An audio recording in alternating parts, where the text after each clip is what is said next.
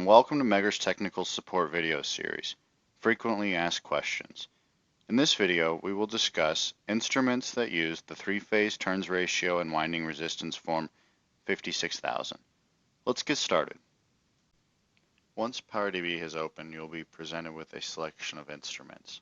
For the three-phase turns ratio and winding resistance form, we should scroll down to the transformer and power factor test sets. There are several instruments that utilize the three-phase turns ratio and winding resistance form.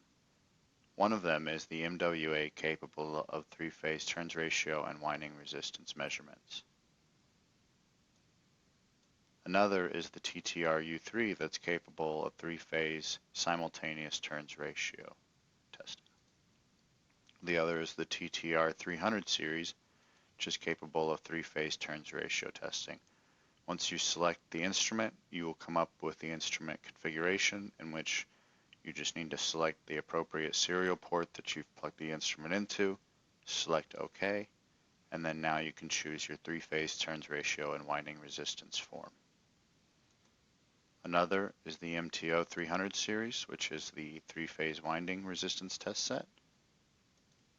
Then we have the TTR-55503, which is the three-phase turns ratio test set. Similar to the TTR-300 series, you come up with this instrument configuration, select OK, and now you have your three-phase turns ratio and winding resistance form.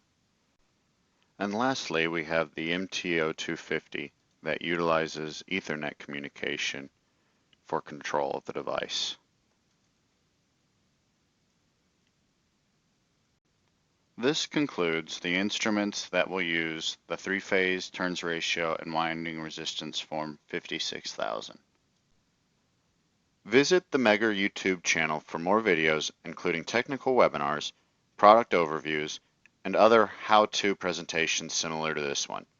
Contact us for questions or more information about this topic, or for any support you may need for your electrical testing.